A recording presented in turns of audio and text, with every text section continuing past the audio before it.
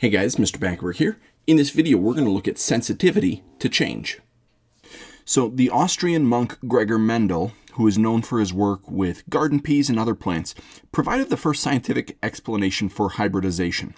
Now his records showed that if P, which is going to be some number between 0 and 1, is the relative frequency of the gene for smooth-skinned peas, which is a dominant trait, and 1 minus P, which is the relative frequency of the gene for wrinkled-skinned peas, which is a recessive trait, then the proportion of smooth-skinned peas in the next generation can be represented by the equation y equals 2p times 1 minus p plus p squared, or we could simplify that down to be 2p minus p squared.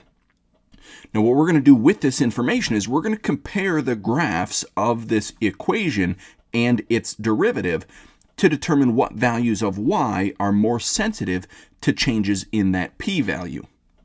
So eventually we're going to graph these out, but first we have to differentiate our y equation.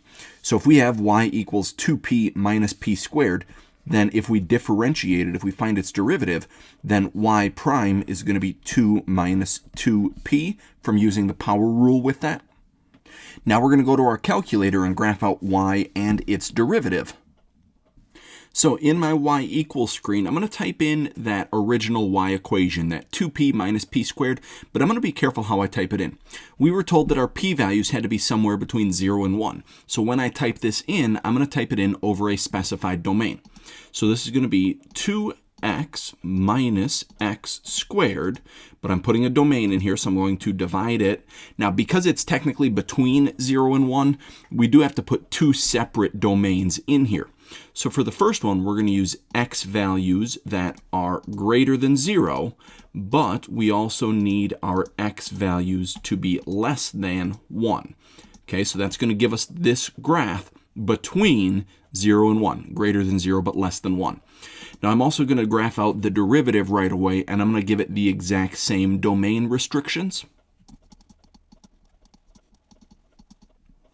So we've got our original equation typed in there and also the derivative typed in there. Now I'm going to hit zoom 6 and I get this little picture. So I'm going to zoom in on that to get a better idea of what's happening there. So I'm zooming in on the picture of these two graphs. So this blue graph represents our original equation, which was the proportion of smooth-skinned peas in that next generation.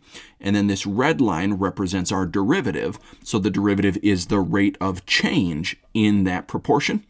So if we're looking at where this original equation is most sensitive to changes in p, we're really looking for where our derivative has the highest value. The derivative is the slope or the rate of change.